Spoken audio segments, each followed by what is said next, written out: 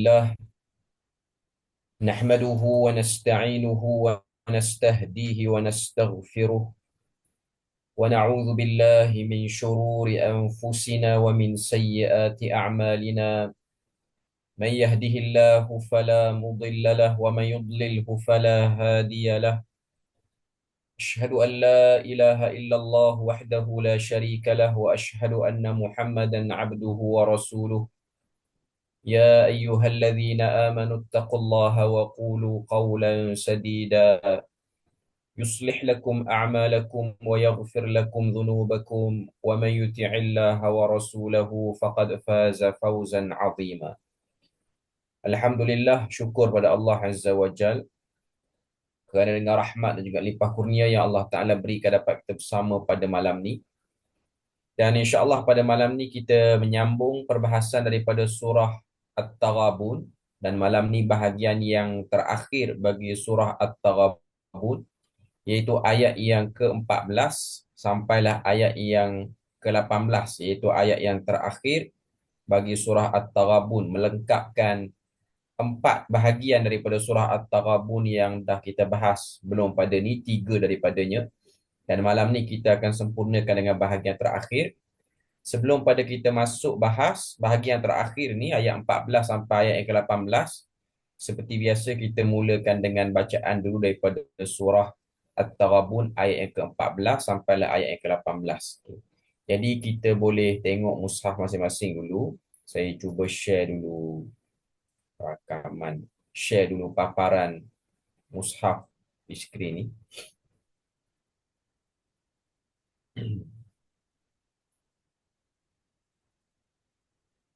Okey. Surah At-Taghabun ayat yang ke-14 sampailah ayat yang terakhir, iaitu ayat yang ke-18. Kita mulakan bacaan insya-Allah.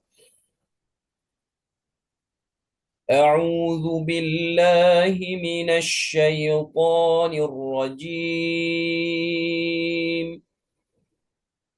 Ya ayyuhalladzina amanu inna min azwajikum wa auladikum aduwwan lakum fahdharuhum wa in ta'fu wa tasfahu wa taghfiru fa innallaha ghafurur rahim. إنما أموالكم وأولادكم فتنة والله عنده أجر عظيم فاتقوا الله ما استطعتم واسمعوا وأطيعوا وأنفقوا خيرا لأنفسكم ومن يوق شح نفسه فأولئك هم المفلحون. إن تقرضوا الله قرضا حسنا يضاعفه لكم ويغفر لكم والله شكور حليم. عالم الغيب والشهادة العزيز الحكيم. Sadaqallahul Azim. Alhamdulillah, bacaan kita pada malam ni ayat yang ke-14 sampailah ayat yang terakhir, ayat yang ke-18. Kita tengok dulu terjemahan makna bagi semua ayat tadi. Ayat yang ke-14, ya ayyuhalladzina amanu inna min azwajikum wa auladikum aduwwan lakum fahdharuhum wa in ta'fu wa tasfahu wa taghfiru fa innallaha ghafurur rahim. Maksud dia, wahai orang-orang yang beriman, sesungguhnya ada di antara isteri-isteri kamu dan anak-anak kamu yang menjadi musuh bagi kamu. Oleh itu, awaslah serta berjaga-jagalah kamu terhadap mereka. Dan kalau kamu memaafkan dan tidak marahkan mereka serta mengampunkan kesalahan mereka, maka Allah akan berbuat demikian kepada kamu kerana sesungguhnya Allah Maha Pengampun lagi Maha Mengasihani. Ayat yang ke-15, innama amwalukum wa auladukum fitnah wallahu indahu ajrun azim. Sesungguhnya harta benda kamu dan anak-anak kamu itu hanyalah menjadi ujian. Dan di sisi Allah jualah pahala yang besar. Ayat yang ke-16, fattaqullaha mastata'tum wasma'u wa ati'u wa anfiqu khairan li anfusikum. Oleh itu bertakwalah kamu kepada Allah sedaya upaya, sedaya supaya kamu dan dengarlah akan pengajaran-pengajarannya, serta taatlah akan perintah-perintahnya dan belanjakanlah harta kamu serta berbuatlah kebajikan untuk diri kamu. Wa man yuqa syuhha nafsihi fa ulaika humul muflihun. Dan ingatlah, sesiapa yang menjaga serta memelihara dirinya daripada dipengaruhi oleh tabiat bakhilnya, maka merekalah orang-orang yang berjaya. Ayat yang ke-17, in tuqridullaha qardan hasanan yudha'ifhu lakum wa yaghfir lakum. Dan kalau kamu memberi pinjaman kepada Allah sebagai pinjaman yang baik, iaitu ikhlas, nescaya Allah akan melipat gandakan balasannya kepada kamu serta mengampunkan dosa-dosa kamu. Dan Allah amat memberi penghargaan dan balasan kepada golongan yang berbuat baik. Wallahu syakurun halim. Lagi Maha penyabar untuk memberi peluang kepada golongan yang bersalah supaya bertaubat. Ayat yang terakhir, alimul ghaibi wasyahadatil azizul hakim. Dialah yang mengetahui sesuatu, segala yang gaib dan yang nyata, dan dialah jua yang maha kuasa lagi maha bijaksana. Okay. Itu 4 ayat terakhir bagi surah At-Taghabun, penutup bagi surah At-Taghabun, ending bagi surah At-Taghabun. Kalau kita sepintas lalu melihatnya, daripada ayat 14 sampailah ayat yang ke-18, kesemua ayat-ayat ni menceritakan tentang adab dan juga etika, akhlak dan juga etika. Itu yang terkandung pada bahagian terakhir bagi surah At-Taghabun. Dan ianya lebih fokus kepada lingkungan kecil bagi diri setiap orang, iaitu keluarga yang dekat dia, iaitu komponen asas suami, isteri, ataupun ibu, ayah serta anak-anak. Itu yang difokuskan pada akhir surah At-Taghabun. Okay. Jadi bila mana kita tengok struktur akhir bagi surah At-Taghabun, kalau kita cuba recall balik, kita cuba ingat balik apa yang dah kita bahas pada perbahasan-perbahasan 3 bahagian yang lepas bagi surah At-Taghabun. Surah At-Taghabun ni dia ada 4 elemen ataupun tema utama. Yang pertama ialah berkenaan dengan kekuasaan Allah, iaitu tauhid, keesaan Allah Azza wa Jalla. Ditegaskan tentang apa yang ada di langit dan apa yang ada di bumi itu sentiasa bertasbih pada Allah Azza wa Jalla. Allah Ta'ala lah pemilik bagi segala kerajaan dan pujian yang paling layak tu diberikan kepada Allah Azza wa Jalla. Itu elemen pertama. Elemen kedua yang ada pada surah At-Taghabun ni ialah tentang hari kebangkitan. Menjawab keraguan ataupun salah faham yang berlaku pada kalangan orang kafir tentang kehidupan selepas mati. Sebab mereka melihat kehidupan yang jelas ialah kehidupan di dunia sahaja. Bila mana mati, maka kehidupan tu dah selesai. Tiada lagi yang namanya kehidupan. Lalu elemen kedua ni ialah elemen yang membahaskan tentang apakah maksud At-Taghabun tu sendiri. Iaitu hari yang mendedahkan siapa yang untung, siapa yang rugi. Tapi perkataan At-Taghabun itu, dia lebih kepada menunjukkan siapakah yang benar-benar rugi, yang akan dilondehkan pada hari kebangkitan nanti, iaitu hari perhimpunan di padang mahsyar. Itu elemen kedua. Elemen yang ketiga ialah hakikat kehidupan yang akan penuh dengan ujian. Dan ujian tu disebut sebagai fitnah, musibah yang akan berlaku. Itu yang akan kita lihat pada malam ni sikit, apa yang terkandung pada ending surah At-Taghabun. Kemudian yang terakhir ialah elemen etika dan akhlak. Sebenarnya kalau kita tengok, 4 elemen ni dia bukan hanya ada pada surah At-Taghabun. 4 elemen ni biasanya akan sentiasa berulang pada kebanyakan surah-surah musabbihat hakikatnya. Sebab memang surah At-Taghabun ni pun masuk dalam kategori surah Al-Musabbihat. Jadi kalau kita telusuri surah Al-Musabbihat yang paling panjang, iaitu surah Al-Isra, sehinggalah kepada surah Al-Musabbihat yang sederhana ataupun pendek. Macam At-Taghabun ni antara surah Musabbihat yang sederhana, tak terlalu pendek, tak terlalu panjang. Ianya mempunyai konsep, tema, elemen yang sama rata. 4 benda tu. Tauhid, hari kebangkitan, ujian fitnah hidup, adab dan etika. Takkan lari untuk kebanyakan surah-surah Al-Musabbihat ni. Jadi untuk malam ni, kita akan tengok pada bahagian terakhir ni, ayat yang ke-14. Ayat yang ke-14, kalau kita tengok, ianya fokus kepada realiti kehidupan manusia. Macam kita sebut tadi, hubungan sekeliling yang kecil saja, dia tak besar, iaitu khususnya ialah keluarga. Dan akan diterangkan melalui ayat-ayat akhir ni, apakah gelombang yang akan berlaku. Dan gelombang-gelombang ni bukanlah gelombang yang bermaksud ingin menjatuhkan kita, memayahkan kita, mensusahkan kita, bukan. Tapi gelombang-gelombang dalam circle kecil ni, keluarga ni, ianya ialah satu latihan mengeluarkan potensi diri.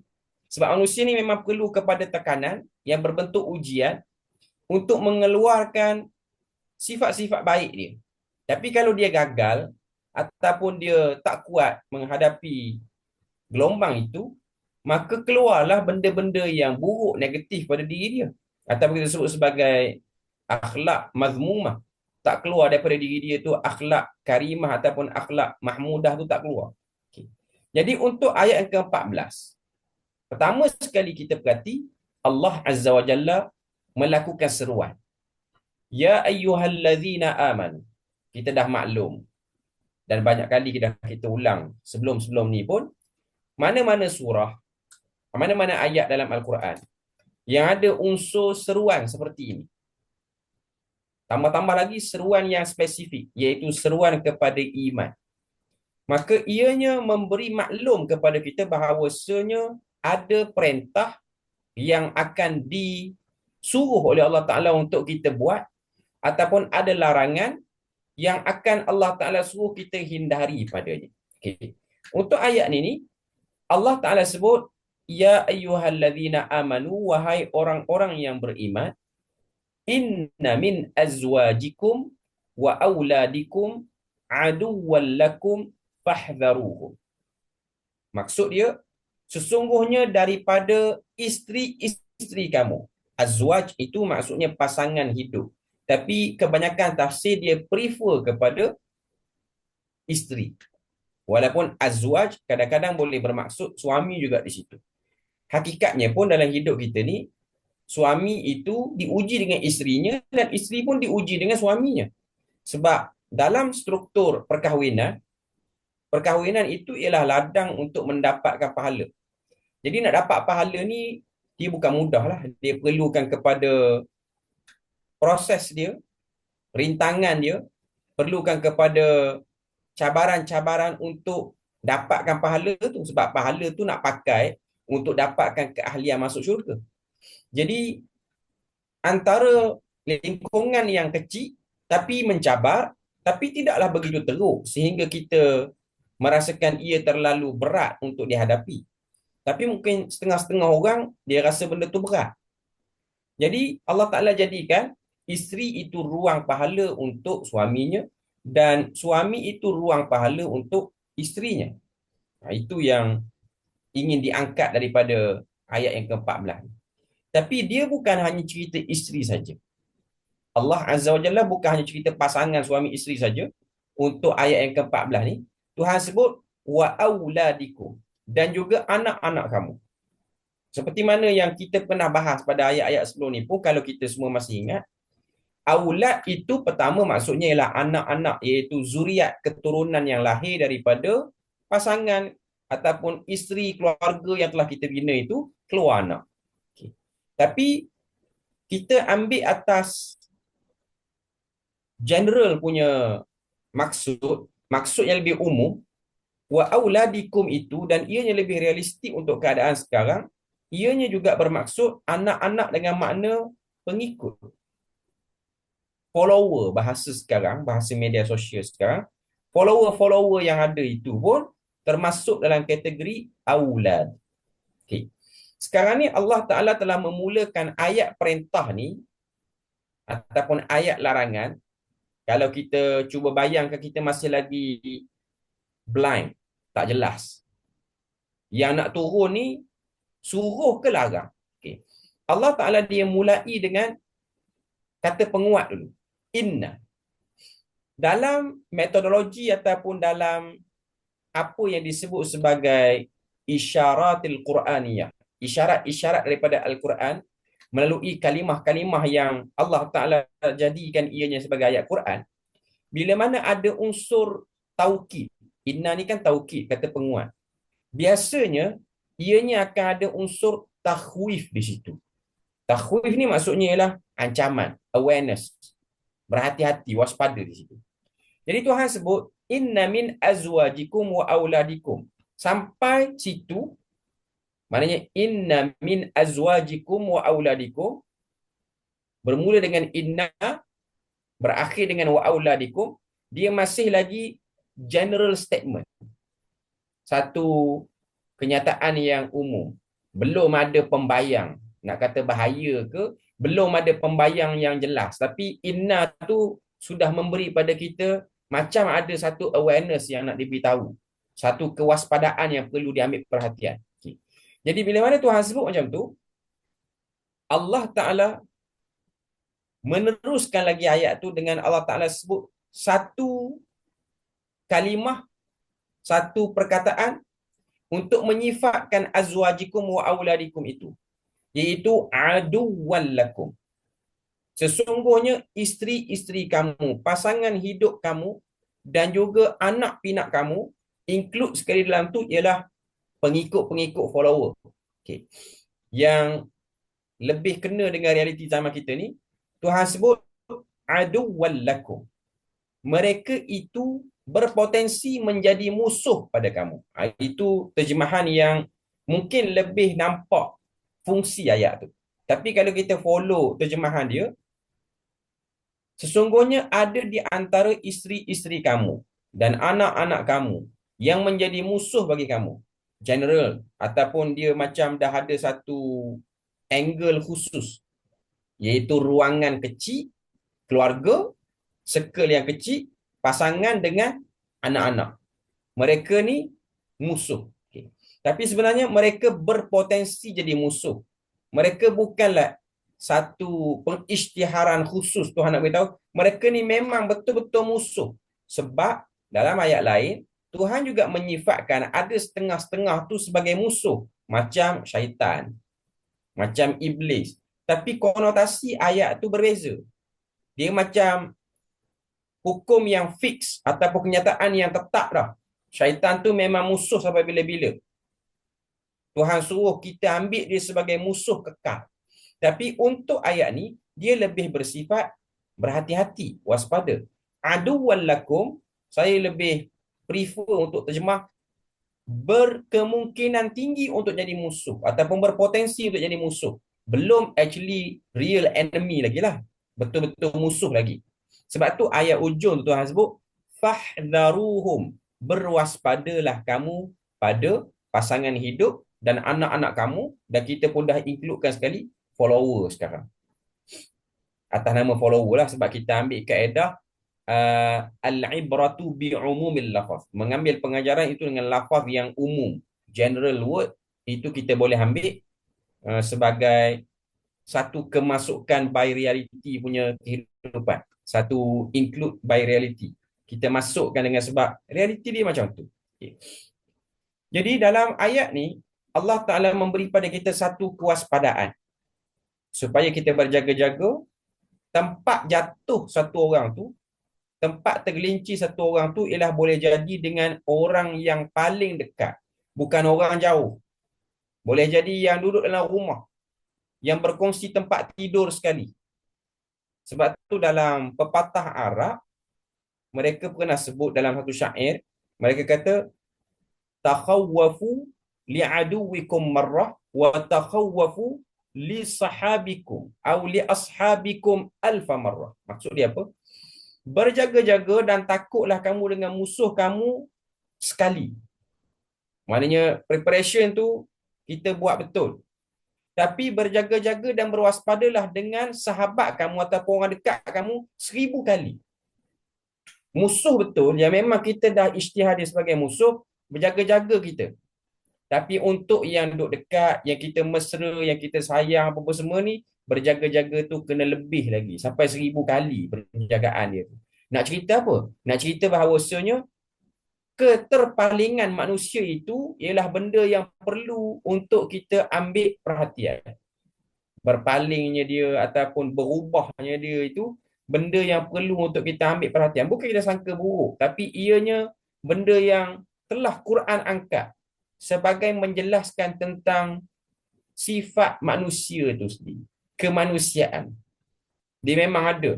Kita ni memang akan ada fasa-fasa kita okey, fasa-fasa kita longgar, fasa-fasa kita betul-betul percaya, fasa-fasa kita syak. Itu normal sebagai manusia.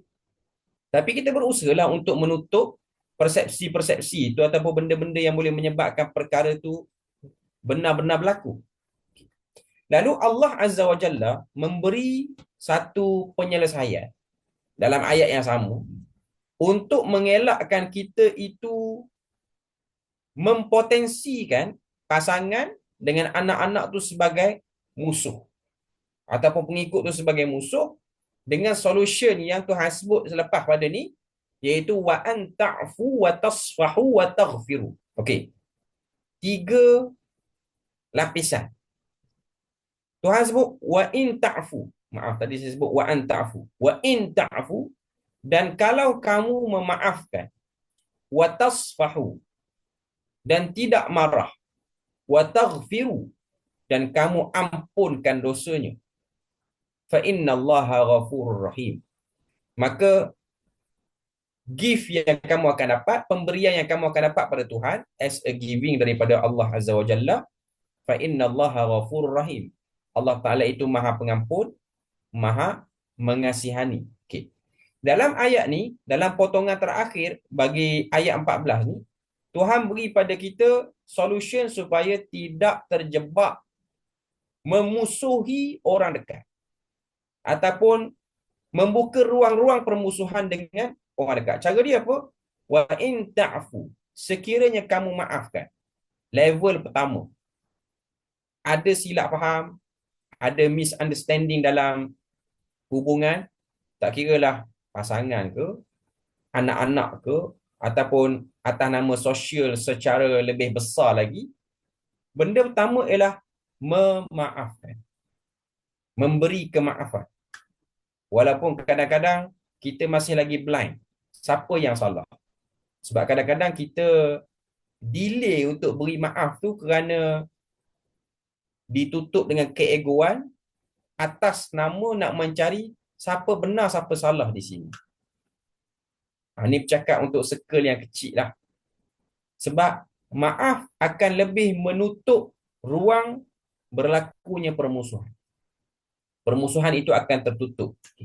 Dan kita pun tahu, bila mana kita bahas ayat ni, Allah Azza wa Jalla nak beritahu pada kita bahawasanya yang disalah fahami itu ialah bila mana kita melihat kita ada hak dalam satu-satu pertelagahan. Dalam satu-satu salah faham tu, kita rasa saya berhak untuk defend di sini. Bila mana kita manipulate by perasaan untuk defend itu, lalu kita akan lewat pada maaf. Dan kita akan kabur pada proses memberi maaf itu.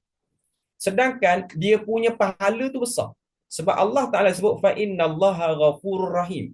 Allah Ta'ala itu Maha Pengampun lagi Maha Mengasihani. Kalau kita perhati, kalimah ghafur itu ianya datang dengan nakirah hakikatnya. Dia datang dengan umum, general, maknanya hampir semua dosa, tak kira lah dosa kecil, major sin ataupun dosa besar pun, dia masuk sekali dalam tu.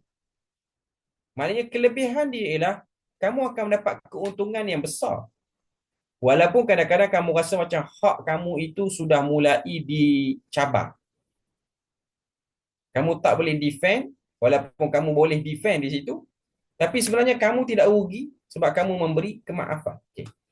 Level kedua, watasfahu. Watasfahu ni pertengahan. Antara ta'fu dengan taghfiru, tasfahu duduk tengah. Dalam terjemahan dia pun dia terjemah, kalau kamu tidak marah. Sebab dia ada orang, dia maaf, tapi efek pada perbuatan itu, salah faham itu masih membekas. Maknanya kalau sembang dengan orang lain, dia mengekspresikan benda tu sebagai besar, berat, payah, dan ianya begitu membebankan. Lalu pergi kepada level kedua. Level kedua ni tak semua orang boleh buat, tapi still boleh buat sebagai manusia, dan dia memerlukan proses kematangan. Kematangan dari segi ilmu, kematangan dari segi emosi, yang akan menyebabkan dia mudah larut dengan banyak pertelagahan yang berlaku, lalu seakan-akan dia tak terkesan dengan silap faham, pertelagahan, ataupun benda-benda yang kecil lah, benda-benda yang kita sebut sebagai pergaduhan, perkelahian tu apa semua. Watasfahu. Watasfahu maksudnya kamu tidak marah. Maknanya dia tidak effect, not influenced by that. Tidak terkena apa-apa kesan, tidak terpengaruh dengan apa yang berlaku. Yang ni level ni pun kalau dapat pun kemah. Maknanya memang betul-betul menjemput ampun Tuhan, menjemput belah kasihan Tuhan. Dan orang yang macam ni biasanya vibe positif dia tu sangat kuat. Dia tidak menjadi lagi orang yang bersifat dipengaruhi, tapi dia mempengaruhi keadaan sekeliling. Jadi orang mati kutu, mati akal. Macam mana nak congkil, keluarkan kemarahan dia? Sebab dia dah berada pada level tasfahu. Tapi dia punya luka tu still ada. Dia punya cala tu ada, tapi tidak sehebat bekas dan cala, luka dan cala yang pada level pertama tu, wa in ta'fu tu. Yang ketiga, wa taghfiru. Ni yang tertinggi sekali. Yang ni perlukan kepada takwa, kematangan, perlukan pada banyak elemen-elemen pembantu. Latihan-latihan spiritual dan juga emosi yang begitu besar, tangki emosi yang begitu besar untuk mendapat ruang seperti itu. Yang kalau kita boleh beri contoh, macam apa yang berlaku pada Nabi sallallahu alaihi wasallam ketika mana datang Abdullah bin Ubay, anak kepada seorang munafik yang terkenal, iaitu Abdullah bin Ubay. Tapi anak dia ni sahabat yang baik. Abdullah juga nama dia, sama macam nama ayah dia, cuma nama dia Abdullah bin Ubay. Yang Abdullah bin Ubay tu munafik lah. Okay. Jadi dia datang membawa hajat ayah dia yang nazak supaya diberi apa-apa pakaian, kain ke baju ke, untuk ayah dia yang tengah nazak tu pegang untuk meringankan sakaratul maut. Nabi bagi. Waktu Nabi bagi tu, itu menunjukkan level taghfiru Nabi tu besar. Nabi memberi keampunan, maknanya tak ada bekas langsung. Bukan setakat Nabi bagi baju tu, bahkan Nabi nak pergi ziarah yang dia tu tengah nazak, walaupun dia tu munafikin, ketua munafik, bukan munafik biasa, ketua munafik yang dah buat kacau pada banyak siri-siri kehidupan Nabi tu. Dalam perang Uhud pun dia buat kacau, sehingga rumah tangga Nabi pun kelang kabut, sehingga berlaku peristiwa hadisul ifki yang terkenal. Turun surah An-Nur membersihkan Aisyah radhiyallahu anha yang telah dituduh dengan tuduhan yang datang idea itu daripada Abdullah bin Ubay. Dan Nabi pilih untuk mengimamkan salat jenazah dia, walaupun at the last tu turun ayat dalam surah At-Tahrim, dalam surah Al-Munafikun yang dah kita lalu, sebelum pada ni rasanya, ataupun pada ayat-ayat yang lain dalam surah An-Nisa pun ada Tuhan sebut, in tastaghfiru aw la tastaghfiru lan yaghfirallahu lahum. Kalau kamu minta ampun ataupun kamu tak minta ampun, kami tak akan ampun kepada dia. Maknanya itu level tertinggi. Sebab tu Nabi ni kita kira sebagai penyedut pahala yang paling besar. Memang tak ada orang lain untuk umat ini melainkan Nabi Muhammad tu sendirilah. Jadi nak sebutnya ialah satu cara kaedah untuk mengelakkan kita ni mempotensikan, menjadikan orang dekat tu sebagai musuh, ialah perbesarkan kemaafan dalam diri, perbesarkan toleransi dalam diri. Sebab tu ayat ni dia berkait dengan etika dan akhlak. Dan semua benda ni tak akan boleh datang kalau dia tak ada kefahaman yang betul tentang tauhid, kalau dia tak ada kefahaman yang betul tentang hari akhirat. Sebab tu elemen surah Al-Musabbihat ni dia macam tu. Untuk promote something yang berkaitan dengan common sense, akhlak, good attitude apa semua ni, perlukan kepada pengukuhan dalaman. Iaitu benda yang berkait dengan tauhid, keesaan, tahu siapa nak beri pahala, siapa nak kenakan dosa tu, zat mana, Allah Ta'ala tu sendiri. Dan betapa pentingnya hari kebangkitan itu yang akan menjadi the day of judgment tu akan menjadi satu fokus supaya kita nampak semua benda yang kita nak buat tu ada nilai yang besar untuk dibawa ke sana. Okey. Sekarang kita pergi kepada ayat yang ke-15. Allah Ta'ala sebut lagi pada ayat yang ke-15 ni. Innama amwalukum wa auladukum fitnah. Okey. Ayat yang ke-14 tadi, Tuhan dah beri statement. Tuhan dah kata pada ayat yang ke-14, iaitu Tuhan sebut, inna min azwajikum. Sebab tu dia guna min di situ. Lupa saya nak sebut tadi. Min yang ada di sini ni menunjukkan tab'id, iaitu sebahagian. Bukan semua sekali. Bukan semua pasangan, bukan semua anak, bukan semua pengikut. Aduwwal lakum. Min. Sebahagian saja. Okay. Kemudian ayat yang ke-15 ni, Allah Azza wa Jalla spesifikkan lagi. Ada benda yang lebih besar yang juga menjadi faktor kepada kita tu goyah, mudah tergelincir juga, sehingga kita jadikan mereka musuh dan kurangnya potensi maaf yang ada pada diri kita, dan kita pun tak berapa nak bagi toleransi pada mereka. Allah Ta'ala sebut, innama amwalukum wa auladukum fitnah. Okay. Ayat yang ke-15 ni, Allah Ta'ala sebut dengan lebih spesifik lagi, inna ada, kata penguat ada, lepas tu ma pula ada. Ma ni ialah adatul hasr. Adatul hasr dalam bahasa Arab maksudnya ialah something yang digunakan, sesuatu yang digunakan, struktur, dia panggil dalam bahasa Arab, dia panggil huruf yang digunakan untuk hakkan benda tu. Maknanya benda tu akan menjadi sebab utama. Kenapa benda ni berlaku? Okay. Maknanya dalam ayat ni, Allah Ta'ala kata, sesungguhnya sebenar-benarnya. Macam tu. Kalau kita nak terjemah lah. Sesungguhnya dan sebenar-benarnya, amwalukum, harta benda kamu, wa auladukum, dan anak-anak kamu itu fitnah. Akan menjadi ujian. Kacau bilau, haru biru. Okay. Apa difference antara ayat 14 dengan ayat 15? Okay. Ayat 14 yang kita boleh tarik untuk letak sebagai similarities dia dulu, persamaan dia dulu, ialah adanya kalimah auladukum. Okay. Ayat 14 pun ada. Kalau kita tengok yang belah ni lah. Yang page, yang ayat saja tanpa terjemahan ni. Innama amwalukum wa auladukum. Okay. Aulad ada sini. Yang ayat 14 pun ada aulad di sini. Yang ditarik daripada ayat 14 turun ke ayat 15 ialah aulad. Azwaj tak ada. Tapi benda baru pula timbul di sini ialah amwal, harta. Dan perkataan baru pula untuk menyifatkan negatif punya angle, pandangan yang bahaya negatif atas nama awareness lagi, kewaspadaan lagi ialah fitnah. Aduan tak ada.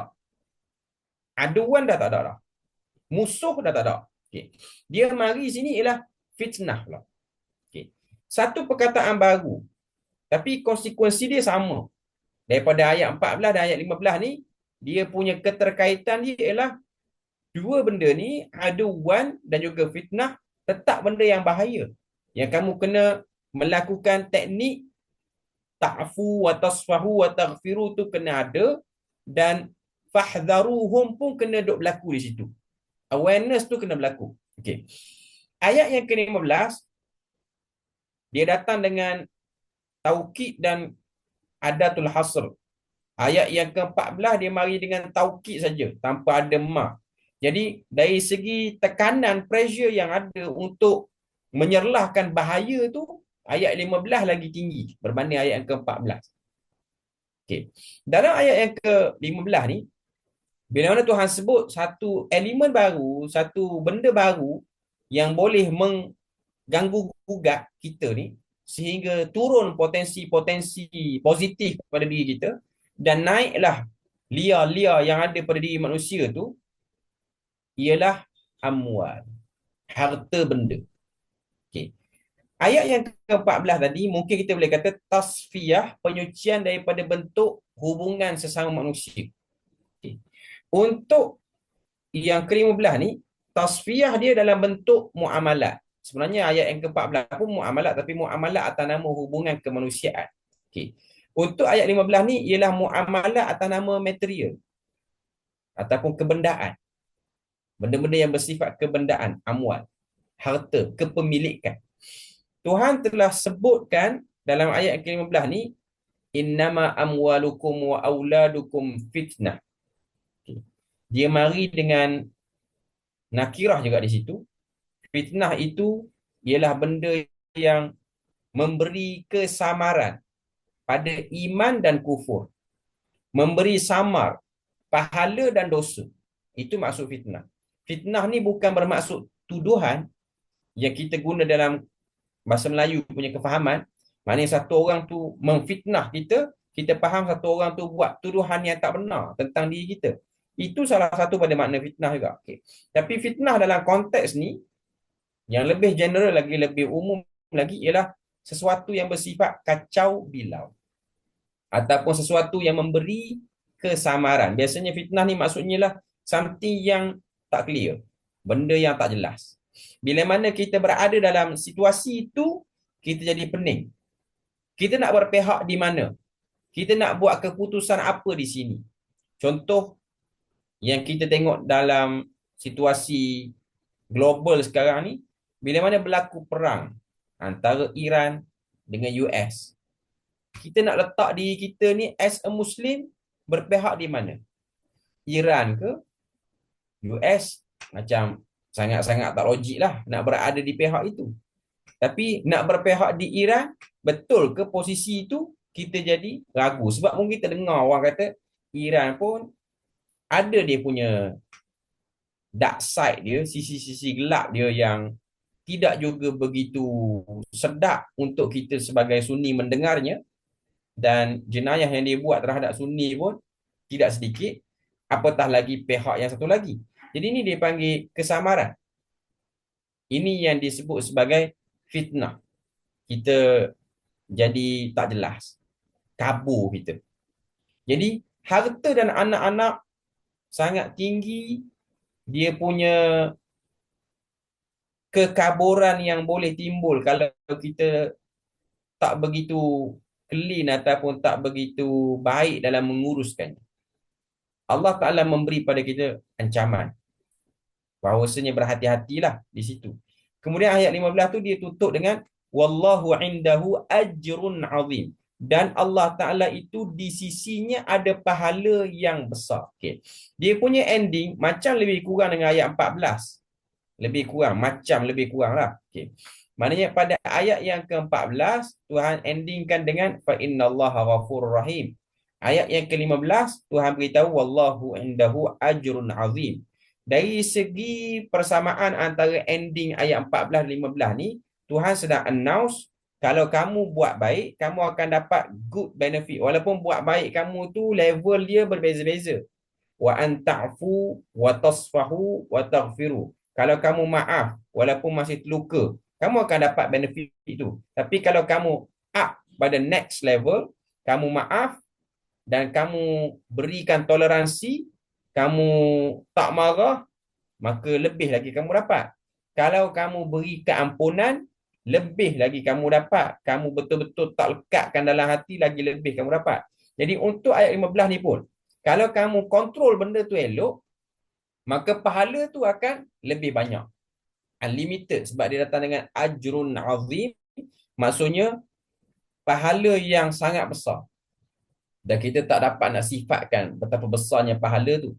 Jadi ayat ni dia ada awareness, kewaspadaan, berjaga-jaga, berhati-hati. Maksudnya ayat 14-15 ni lah. Tapi dalam masa yang sama, dia juga ada encourage. Dia juga ada saranan untuk kita melakukan sesuatu.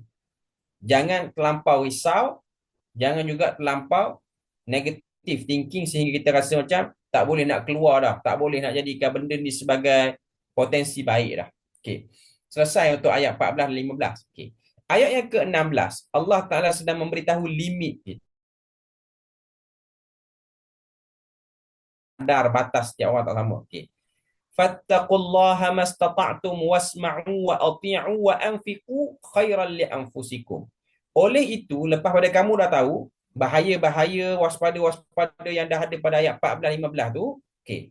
Kamu dah tahu apa yang kamu nak kena buat, kamu dah tahu realiti hidup, harta, anak-anak, pasangan ni apa semua. Okey.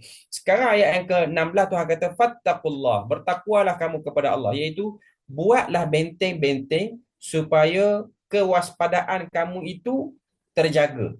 Sebab fattaqu tu maksudnya lah membina sempadan. Takwa ni memang maksud dia ialah membina sempadan. Tapi membina sempadan tu berbeza-beza setiap orang. Fattaqullaha mastata'tum. Sebab tu Tuhan ikat dengan bertakwalah kamu kepada Allah pada apa yang ada upaya pada kamu. Maknanya buat sehabis mungkin untuk kita membina ketakwaan. Tapi janganlah orang kata apa, memberi alasan.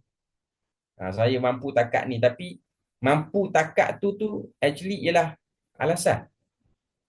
Bukan sebenar-benar usaha lagi. Sebab ada orang dia boleh je pergi lagi, tapi sebenarnya dia tu masih lagi nak berada pada zon tak nak berwaspada tinggi sangat.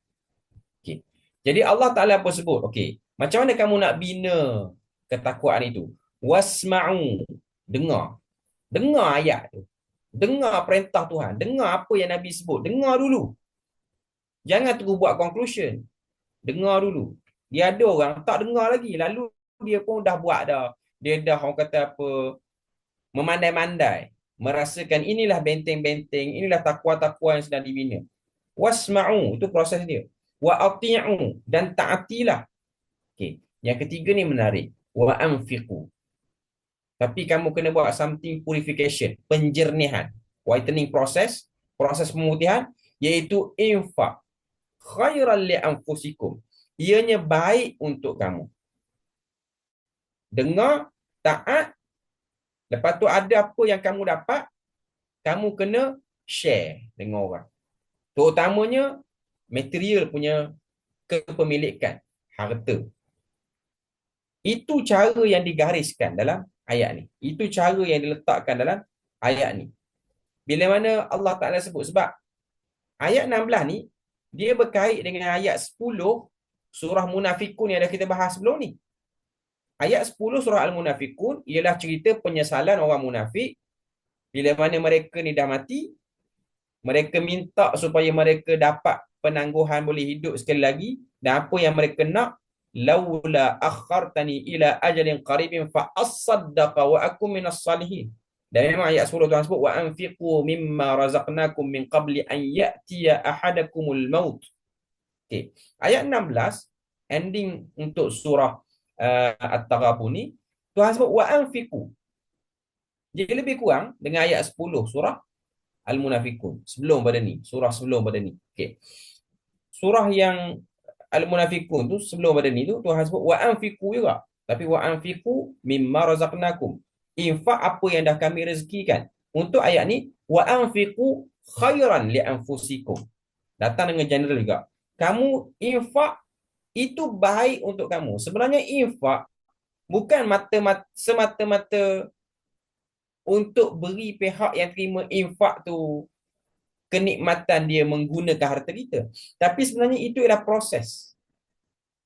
Dia macam bila mana kita hidup, nak tambah kualiti kehidupan kita ni, ataupun tubuh badan kita ni, kita kena guna tenaga tu. Jangan kita simpan. Sebab tu bila mana kita makan, cara untuk menambah kualiti tubuh badan ialah menggunakan tubuh badan kita ni, tenagakan dia, keluarkan tenaga melalui makanan yang dah kita ambil. Kalau kita duduk diam macam tu je, akhirnya yang buruk ialah kita. Dia macam air yang ditakung, kalau hanya disimpan begitu sahaja, maka air itu akan berkeladak. Tapi kalau air itu dialirkan, maka ianya akan menambah kesucian dan kebersihan air itu. Dan Allah Ta'ala beri satu statement yang berbentuk ancaman juga pada ayat 16 ni. Wa man yuqa syuhha nafsihi faulaika humul muflihun. Siapa yang suka bela penyakit bakhil itu, maka mereka itu siapa yang mengelak daripada membela penyakit itu dalam diri, faulaika humul muflihun. Mereka itu ialah orang-orang yang berjaya. Okey. Sekarang pada ayat ni Tuhan beri satu istilah baru untuk penyakit bakhil. Kita tahu bakhil ni dalam bahasa Arab pun panggil bakhil. Kita pun baca dalam doa yang Nabi ajar, Allahumma inni a'udzubika minal jubni wal bukhl. Tapi untuk ayat ni, ayat 16 ni, Tuhan guna perkataan yang bermaksud kedekut itu dengan syuhha. Syuhha ini apa dia? Apa beza dia dengan kalimah bakhil? Bakhil tu kita maklum, dia kedekut yang dah pekat. Memang betul-betul kedekut itu sudah begitu membarah dalam diri dia. Syuhha ini ialah bibit awal. Dia macam baru nak belajar jadi kedekut. Belum kedekut lagi. Belum ultimate bakhil. Bukan setinggi betul-betul lagi. Tapi dia baru. Dia dah mula ada pemikiran. Kalau aku bagi, benda yang asal banyak, jadi sikit. Okey. Itu dia dibisik-bisik untuk ke arah kedekut. Kadang-kadang bagi juga, tapi dikurangkan portion dia.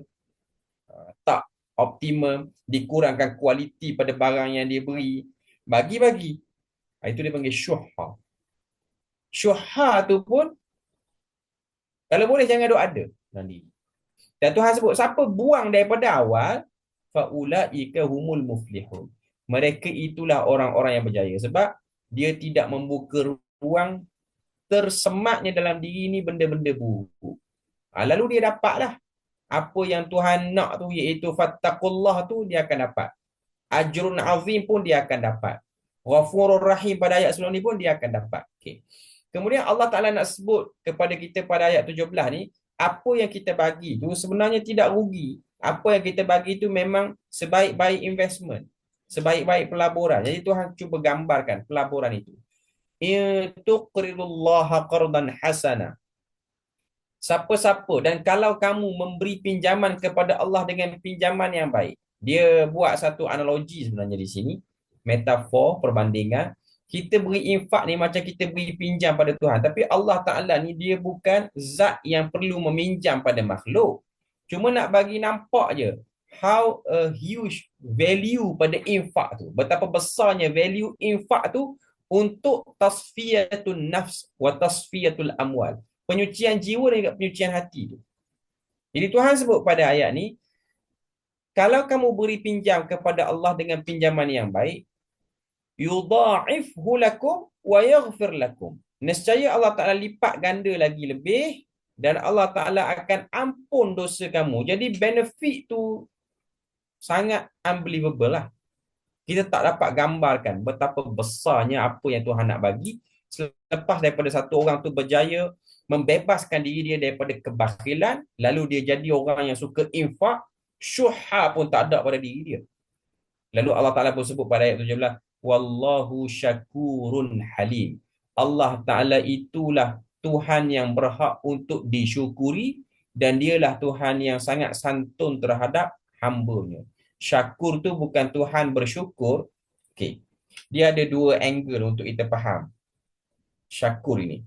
Pertama, syakur dengan makna dialah zat yang paling berhak dan paling utama untuk disyukuri. Kita nak bersyukur, kita nak appreciate mana-mana makhluk tak padan. Sepatutnya memang kita kena appreciate Allah Ta'ala. Itu maksud syukur. Okay. Satu segi macam tu. Okay. Segi yang kedua, angle yang kedua, wallahu syakurun itu ialah Allah Ta'ala itulah zat yang bila mana dia menghargai makhluknya, maka tidak ada lagi makhluk lain yang paling baik dalam penghargaan melainkan Allah Ta'ala untuk makhluk. Jadi ada dua hala. Hala pertama, makhluk menghargai Tuhan yang telah memberi banyak jasa padanya. Hala kedua, Allah Ta'ala menghargai makhluk sebagai memberi kemuliaan. Bukan Allah Ta'ala menghargai kita kerana kita banyak jasa pada dia. Dia tak perlu pada jasa kita pun. Tapi itu sebagai janji Tuhan, iaitu Tuhan nak memuliakan kita dengan memberi pada kita ni penghargaan. Halim. Dan Allah Ta'ala itu bila mana dia menghargai hamba-Nya, maka dia akan santun terhadap hamba dia.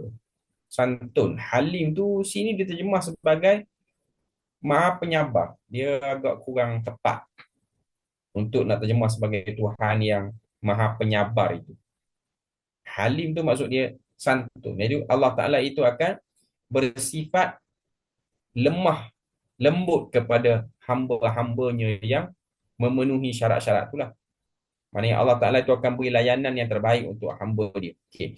Jadi ayat ni saranan untuk infak, benefit untuk infak. Walaupun infak yang kita buat tu kadang-kadang di-scam oleh orang. Ditipu oleh orang.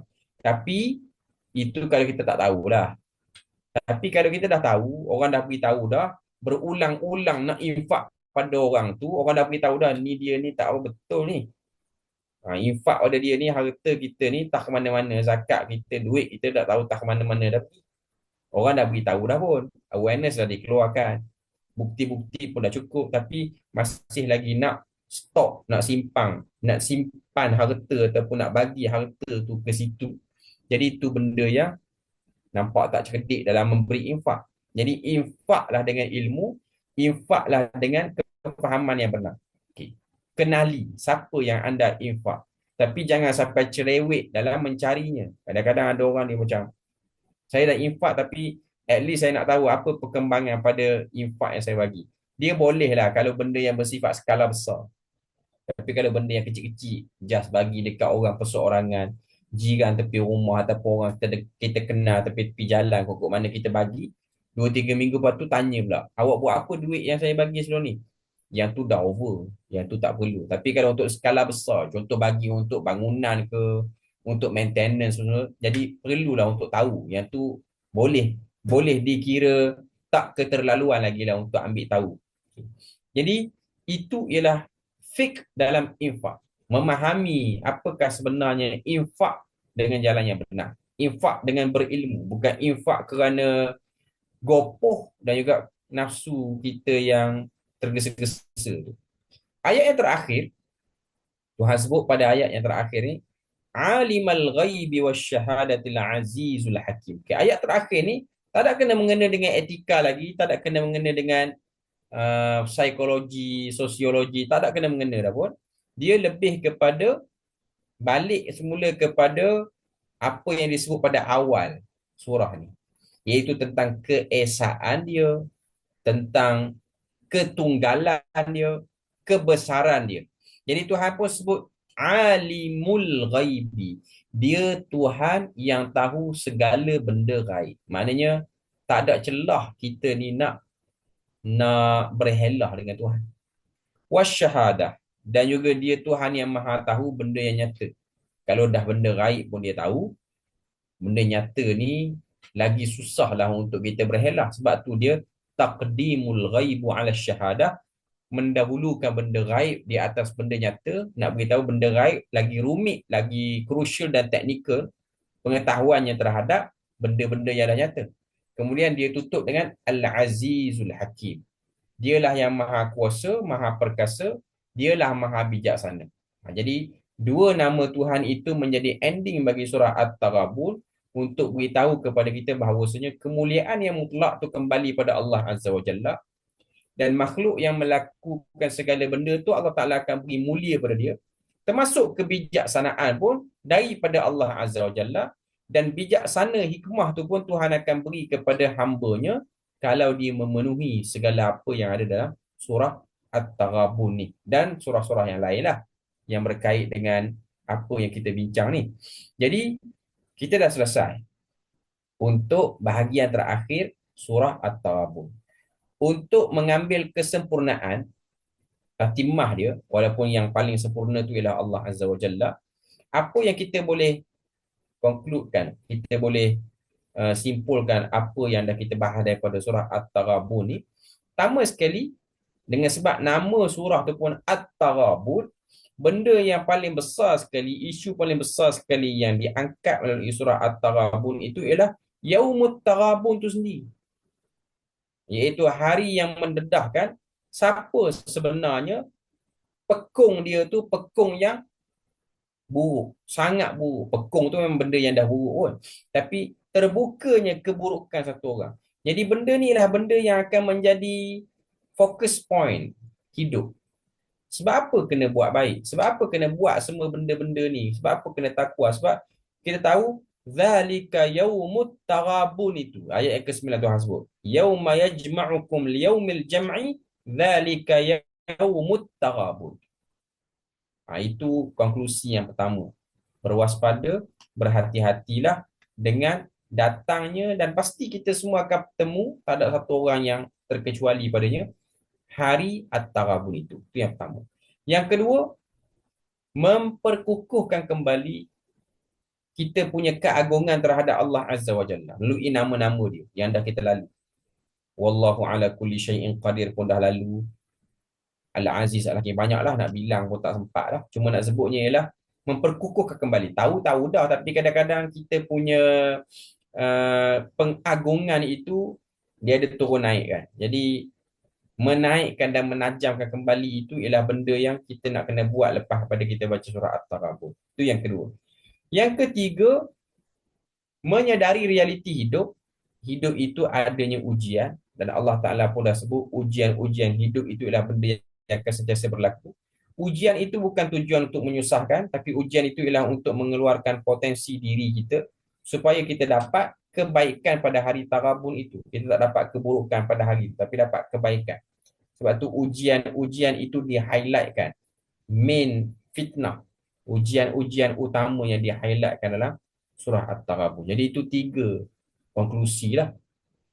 Iaitu menyadari hakikat hari At-Taghabun itu, memperbaiki balik pengagungan terhadap nama-nama dan sifat-sifat Tuhan, dan yang ketiga tadi, menyadari realiti hidup.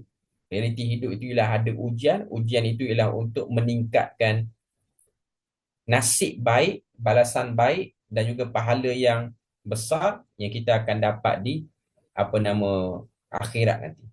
Selesai kita untuk surah At-Taghabun. InsyaAllah kali yang akan datang kita akan sambung seterusnya kepada surah At-Talaq yang mengandungi 12 ayat daripada surah At-Talaq tu. Jadi selesai untuk malam ni. Setakat tu saja. Seperti mana biasa, kita teruskan dengan sesi soal jawab ataupun penambahan penerangan ataupun apa sajalah yang ingin disampaikan, dipersilakan. Wallahu a'lam. Terima kasih Ustaz. Silakan sahabat. Ada yang nak ditanya kepada Ustaz? Silakan. Ustaz, saya tanya dulu. Silakan. Ustaz, boleh tak Ustaz jelaskan lebih jelas lagi tentang musuh tu Ustaz? Isteri dan anak jadi musuh. Lepas tu satu lagi, adakah kerana sifat pemaaf ibu bapa tu yang menyebabkan ramai sekarang ni anak-anak yang bunuh ibu bapa tu Ustaz? Dia maaf anak, walaupun anak tu jahat ke apa, dia maafkan baik dengan tu, berlalas dia kena bunuh Ustaz. Tu dua soalan saya. Okey.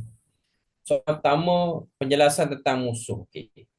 Musuh di sini ialah musuh dari segi kita membuka ruang-ruang negatif kepada isteri ataupun anak-anak. Isteri itu kita lebih general lagi, itu pasangan. Inna min azwajikum wa auladikum aduwwan lakum fahdharuhum. Bila mana Tuhan sebut sebahagian daripada pasangan hidup dan juga anak-anak itu menjadi musuh, musuh yang dibina, dia punya potensi musuh tu pada kita. Asalnya mereka tidak bersifat musuh. Asalnya dia bukan macam surah An-Nisa bila Allah Ta'ala highlightkan tentang musuhnya iblis terhadap manusia dan juga syaitan tu. Mereka tu memang dah berniat jahat untuk menjadikan kita itu pihak yang dihenyak ataupun pihak yang dibinasakan. Tapi untuk sudut pasangan hidup dan juga anak-anak ni, kecuaian kita itulah yang menyebabkan mereka itu dimasukkan dalam kategori musuh kita. Walaupun dia baik dengan kita, tapi sebenarnya dia sedang merosakkan kita. Itu maksud musuh yang Tuhan nak angkat melalui ayat surah At-Taghabun tu. Itu ayat yang ke-14 tadi tu. Apa yang dah kita bahas tu. Jadi nak sebut di sini bahawa maksud musuh kewaspadaan, bukan musuh realiti. Jadi itu yang kita kena clear. Mereka bukan musuh yang bermaksud ultimate enemy, tapi kita yang membina. Kita boleh kata bahasa mudahnya, kita cuai, kita itulah yang membuka ruang untuk mereka tu berpotensi sebagai musuh. Kalau kita tak cuai, kita ikut, mereka tak jadi musuh lah. Mereka jadi kawan kepada kita, peneman pada kita yang benar di dunia, sampailah ke dalam syurga kelak. Okay. Jadi potensi tu ada di dua sisi. Sisi negatif dia jadi musuh sehingga dia humbang kita dalam neraka. Sisi positif dia menjadi peneman dan juga penyebab kepada kita konsisten di atas kebaikan. Jadi dia bukan musuh benar, tapi musuh dari segi boleh dengan sebab mereka tu dicuaikan. Itu maksud dia. Soalan yang kedua. Sifat pemaaf ibu bapa membuka ruang kejahatan anak-anak. Adakah itu benar? Okay. Dia boleh jadi betul apa yang dirasakan tu, sebabnya kita memberi maaf tidak disusuli dengan bimbingan. Kita hanya maaf saja. Apa yang anak tu dah silap buat, kita berkata tak apa, mak maafkan, ayah maafkan. Habis dekat tu. Lepas tu tak diberi bimbingan. Tidak diberi lagi reference yang baik supaya kesilapan tu tak berlaku. Dan supaya anak tu pun sendiri dia tak naik lemak dan dia rasa macam tak apa, aku buat apa-apa pun mak ayah aku akan maafkan aku. Sebenarnya kemaafan itu dia bukan kemaafan yang kosong. Dia bukan toleransi kosong. Toleransi yang disusuli dengan pengajaran, disusuli dengan bimbingan, sokongan supaya dia tahu apa yang dia buat tu salah. Tapi kita tak nak menjadi orang yang mengongkong dia dengan melambatkan maaf sehingga kita rasa kita sedang judge dia. Sehingga hari ni kita tengok sebahagian orang, dia menjadikan isu judgmental people ni, orang yang suka menghukum ni lah punca dia jadi jahat. Tapi tak juga orang yang terlampau tak menghukumkan pun kadang-kadang menaikkan lemak pihak ni. Sebenarnya manusia ni, karakter dia ni kita tak boleh nak predict lah macam mana. Dia memang ada orang yang take advantage ataupun manipulate di atas baik satu orang ataupun jahat satu orang. Play victim macam-macam lah. Okay. Tapi maksud nak kata kalau kita beri maaf tu yang menyebabkan dia jadi jahat apa semua tu, mungkinlah faktor dia adalah kerana kita cuai dari segi penambahbaikan. Jadi kena buat sokongan ataupun kena bagi betul balik yang tu. Supaya kita tak beri maaf yang hanya bersifat macam pihak yang terima maaf tu dia rasa macam okey, dia ni jenis mudah ni, kita boleh pijak dia sebab dia ni apa-apa pun dia akan maaf je. Jadi kena aware juga lah yang tu, kena ambil kira juga yang tu supaya kita tahu ianya bukan satu ruang untuk membenarkan diri dipijak, tapi ruang untuk menampakkan kita tu bukan orang yang bad attitude, tapi kita juga berhati-hati dengan apa yang boleh diambil peluang ataupun ambil kesempatan lah di atas mudahnya beri maaf. Jadi kena susuli kemaafan itu dengan bimbingan, sokongan dan jelas. Aku maaf, tapi benda-benda ni kamu kena aware. Itu maksudnya. Kamu kena baiki balik. Wallahu a'lam. Ada lagi siapa yang nak ajukan soalan? Silakan. Ustaz. Assalamualaikum Ustaz. Saya nak tanya yang apa teknikal sikit. Bila kita tengok ayat 14 kan. Ayat 14 dia kata apa ni? Nanti sekejap. Ya ayyuhalazi tu. Ya ayyuhallazi tu dia kalau kita tengok dia kata wa in ta'fu wa tasfahu wa taghfiru. Dia ada wow. Dia tak cakap au. Dia cakap wow kat situ. Jadi Ya. does that mean kita kena ada tiga-tiga sekali? There Ya. is no choice. Barulah Ya. kita dapat kita dapat yang apa yang kita patut. Sebab dia penggunaan wow tu. Mhm. Jadi adakah all the three kita kena ada kan? Okey. Penggunaan wow itu sebagai kata hubung di antara semua level-level Kalau dia kemaafan kata tu. au boleh juga ke Ya. pilihan. Kalau au dia memang option lah. Jadi untuk wow ni kalau kita tengok, kita kena tahu dulu. Wow itu dia ada multiple function dalam bahasa Arab ni. Jadi wow ini secara umumnya memang dia membawa from one process pergi ke seterusnya, daripada satu stage pergi ke stage seterusnya. Okay. Persoalan dia, adakah bila mana kita nak memberi kemaafan kita perlu complete tiga ni? Okay. Jawapannya dia tak perlu complete tiga, sebab wow itu dia tidak memberi maksud al-ma'iyah, iaitu kebersamaan. Tapi wow ini memberi maksud kepada kita ialah ikhtiariyah, pilihan antara semua tu. Kita paling terbaik ialah kita boleh compile tiga tu sekali. Tapi dengan sebab dah datang ayat yang seterusnya, iaitu ayat yang ke-16, bila Tuhan kata fattaqullaha mastata'tum, ayat tu dia macam memberi sikit istisna, sikit pengecualian, sebab semua manusia ni tidak mempunyai kemampuan yang sama dalam bab emosi. Jadi bila mana kamu nak beri kemaafan, yang paling terbaik ialah tiga tu. Tapi kalau kamu tak mampu, kamu ambil dua di antara tiga. Kalau kamu tak mampu, kamu ambil satu di antara tiga. Tapi bila mana kamu dapat paling low sekali, iaitu satu je, wa in ta'fu je, untuk next issue ataupun berlakulah pertelagahan seterusnya, jangan comfort ataupun selesa dengan satu stage tu. Buatlah proses untuk tambah lagi.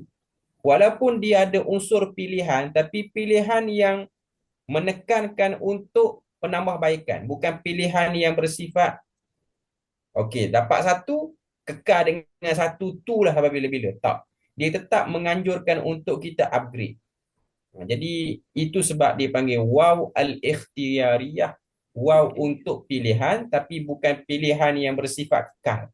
Pilihan yang bersifat memberi ruang diri untuk ada masa upgrade lagi. Itulah maksudnya. Okay, lagi satu Ustaz kan. Kalau Ya. kita tengok ayat following that.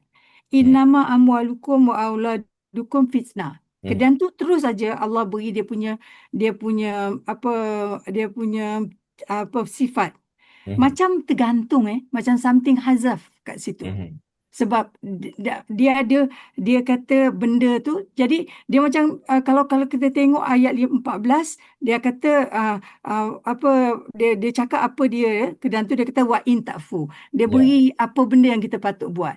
Tapi kat sini dia macam dia kata innama amwalukum wa auladukum fitnah. So what is it? Dan tu suddenly wallahu indahu ajrun tu. Macam something mazuf kat situ. Okay. Kan? Dia macam tak bagi solution. Dia tak bagi solution.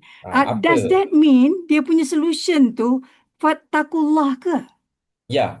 Solution dia datang selepas pada tu. Selepas sebab pada yang solution itu. dia perlukan kepada penjelasan lebih lagi. Sebab tu ayat tu sebelum Tuhan beri solution, Tuhan beri dulu macam kalau kamu nak keluar pada fitnah ni, kamu akan dapat pahala besar. Dia macam nak promote something yang menarik perhatian dulu. Tak nak bagi lagi solution.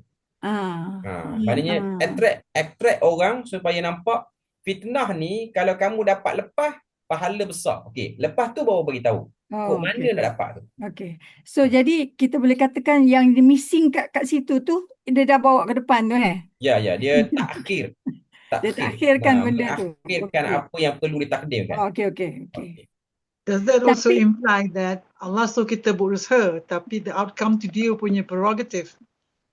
Kan? Ya. okey. Kita usaha Ketentu beberapa cara, and then in the end, ya. leave it to Him. Okey. Macam saya okey jadi saya rasa macam tu tapi Ustaz saya tak tahu apa makna wa'ati'u dekat sini. Okey. Wasma'u pun tu um, sebab dia punya innama amwalukum wa auladukum. Kalau kita tengok infak tu kepada amwalukum. Ya. Wasma'u wa ati'u tu macam saya mengapa Allah depankan yang dua tu? Rasa macam suddenly wasma'u, mengapa wasma'u kat sini? Okey. Dia tanya. Dia fungsi wasma'u itu ialah untuk mengangkat kesamaran pada fitnah. Sebab fitnah kita dah sebut tadi, fitnah ni kan benda yang samar. Kita tak tahu mana-mana betul, mana satu salah.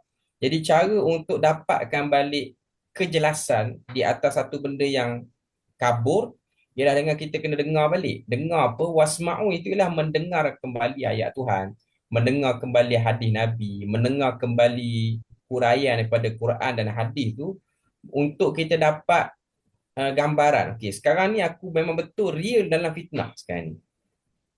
Itu maksud mendengar. Maknanya kita dapatkan guideline tu balik. Itu maksud wasma'u. Okey. Wa ati'u, follow the guideline untuk takhallus, untuk keluar daripada fitnah tu. Okey. Untuk lebih menjadikan kita betul-betul follow, kata apa, kita betul-betul dapat keluar dari fitnah tu. Sebab fitnah ni hakikatnya nak dapat keluar, dia memang Tuhan yang keluarkan kita. Dia bukan bergantung kepada banyak mana kita dengar, banyak mana kita taat pun. Tapi cara untuk dapat bantuan Tuhan tu lebih cepat, dia kena infak. Sebab infak je yang membuka ruang pertolongan Tuhan tu lagi laju. Sebab tu dia punya, kata apa, susunan dia macam tu. Wasma'u untuk fitnah tu, untuk kita sedari kita sedang dalam keadaan kacau bilau, haru biru, tak jelas. Okay, jadi cara untuk perjelas balik, get on track balik ialah dengan isma'u. Isma'u li kitabillah. Dengar ayat Tuhan. Lepas pada tu isma'u li Rasulillah. Dengar kepada Rasulullah tu semua. Kemudian dengar saja cukup? Tak cukup. Dia kena ikut. Sebab ada orang dia dengar tapi benda tu tak mengeluarkan dia daripada fitnah huru hara tu. Dia kena follow apa yang dia tertinggal ataupun yang dia terlepas pandang ataupun memang dia tak buat apa lagi. Dia kena apply dan implement benda tu dalam diri dia daripada isma'u kepada ati'u, dan untuk membuka ruang dan macam memadamkan fitnah tu ialah dengan infak. Itu dia punya solution dia. Allah. Ustaz, Tapi lagi satu kenapa- penghabisan Ustaz. Ya. Apa perkataan syuha nafs tu kan, Nafsi, the phrase tu dia dua kali je. Satu kali dekat Hasyar. Ya, Hasyar tu ayat 11 tu. Ya. Cuba kita cuba saya nak Ustaz terangkan kalau boleh lah mengapa ayat yang kat sini datang kat sini, yang ayat yang dekat Hasyar tu datang kat situ. Okey. Apa persamaan dan apa dia yang kita kena, sebab the same phrase tu dia tak ada ubah langsung. Wa man yuqashuha nafsahu, benda tu dengan ayat 11. Ayat 11 kan. Surah Al-Hasyr ayat ke-9. Wa man yuqashuha nafsihi fa ulaika humul muflihun. Okey.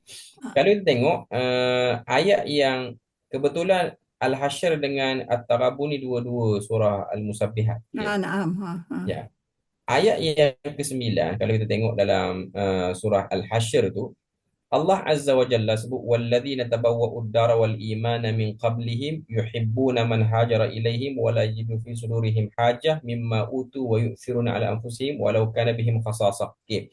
Ayat ni Allah Taala memberi secara umum siapa yang ingin bebaskan diri daripada kebakhilan, daripada punca, daripada benih yang paling awal untuk orang tu bakhil, iaitu dia mulai rasa kurang ataupun mulai rasa risau nak bagi ni, takut terkurang, itu dia belum bakhil yang betul-betul bakhil lagi. Okay. Dan apa yang ada pada surah At-Taghabun ni, kalau kita tengok kedua-duanya persamaan dia dululah, persamaan dia dulu. Okay. Apa yang ada pada surah At-Taghabun dengan apa yang ada dalam surah Al-Hashr, syuhha tu dua-dua ada, ayat 9, ayat 16. Okay.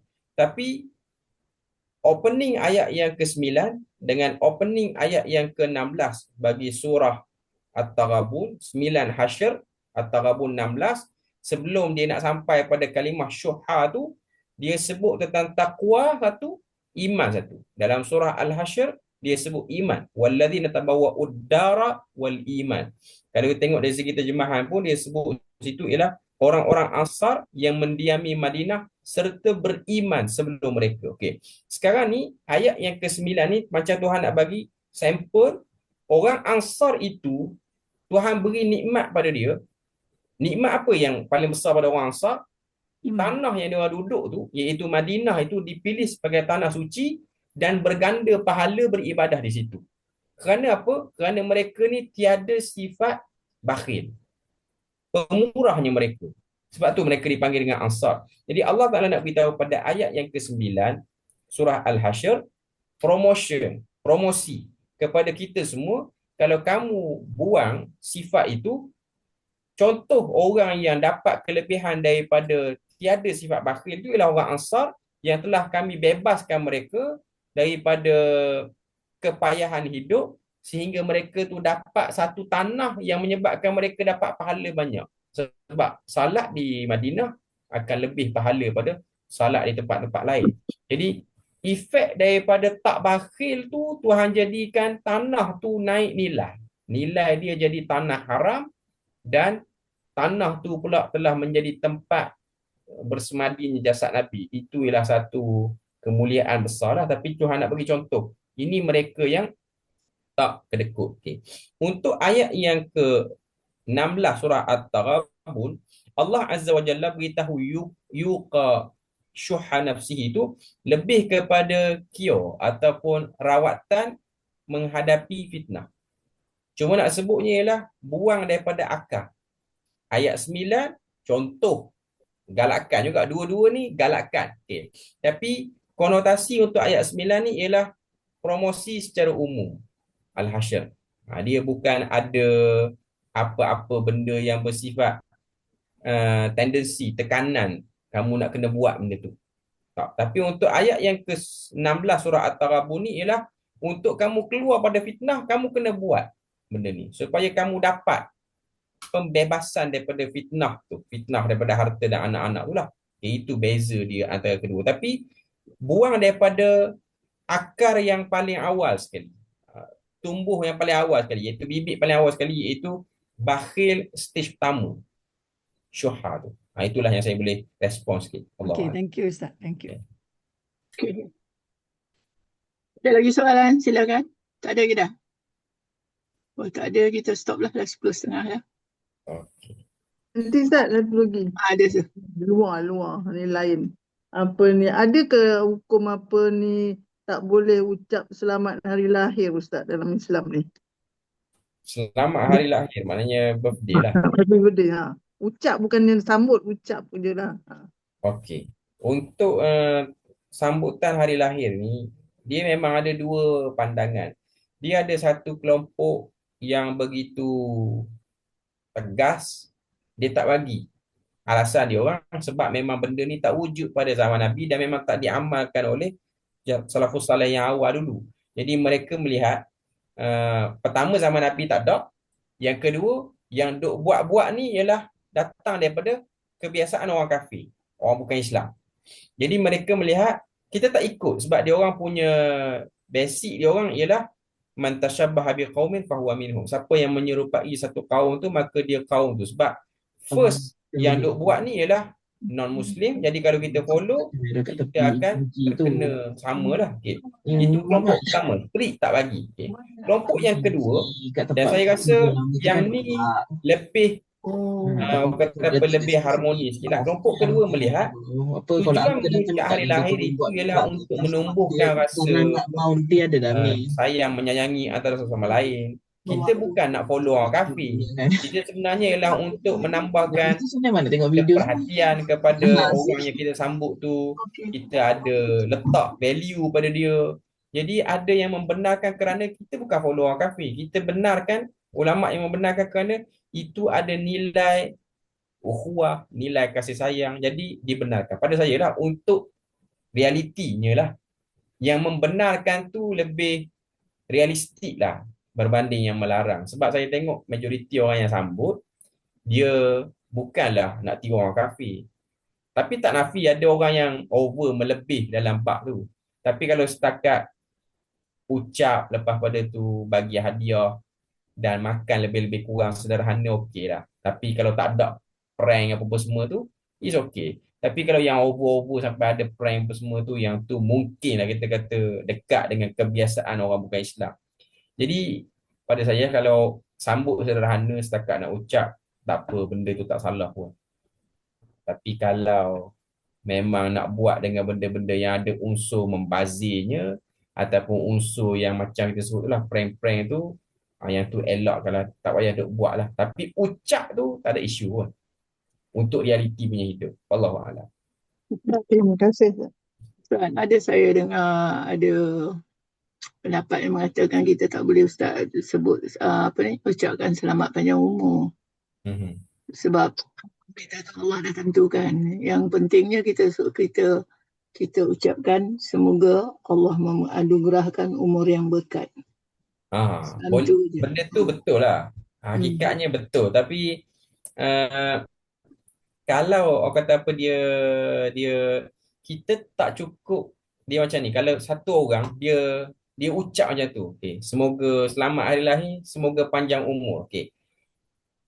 Hakikatnya kita yang belajar kita akan nampak ada benda tak kena pada ucapan tu dari segi agama, dari segi kefahaman agama. Tapi orang yang mengucapkan tu kadang-kadang kapasiti ilmu dia tu dia tak tahu. Dia mungkin hanya nak bagi kita satu gratification ataupun appreciate satu orang untuk menggembirakan hati kita. Tapi level yang dia tahu ilmu tu banyak tu.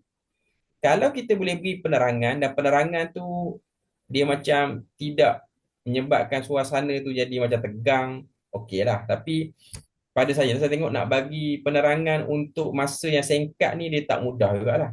Okay.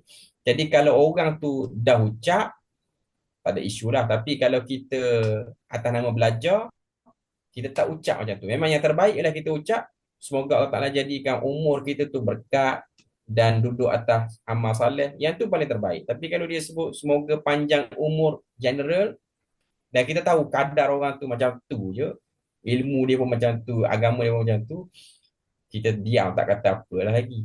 Sehinggalah ada waktu yang agak sesuai, baru kita beritahu dekat dia sebenarnya kalau nak ucap, the best way macam ni.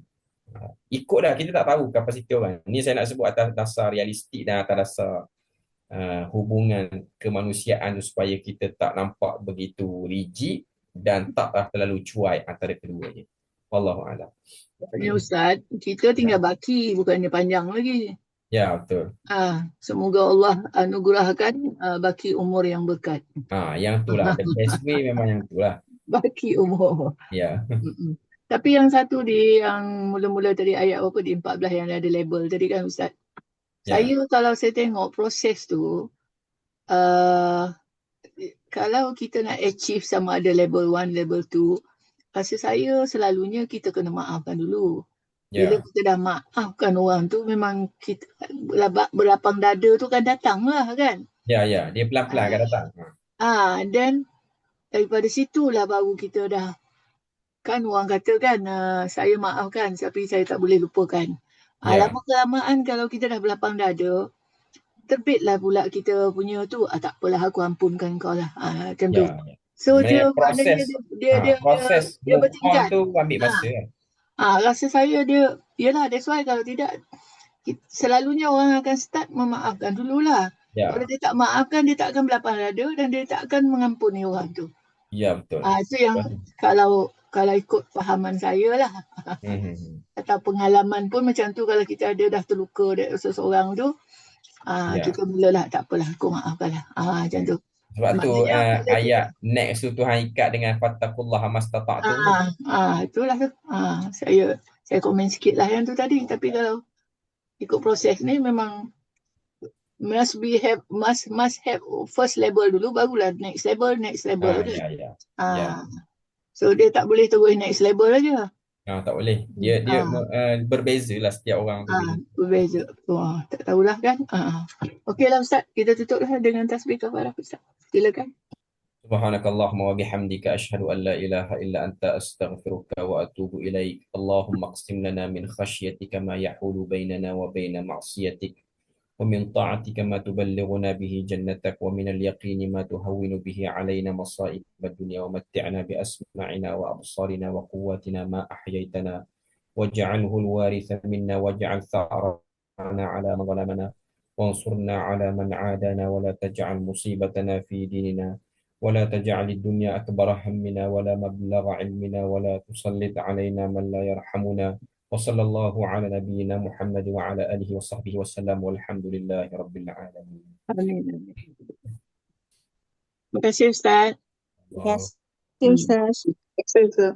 Ustaz kurus banyak lah Ustaz. Banyak kilo hilang ke puasa? Banyak kilo, lebih 10 kilo saya kurus. Banyak. Okey. Saya end the meeting ya.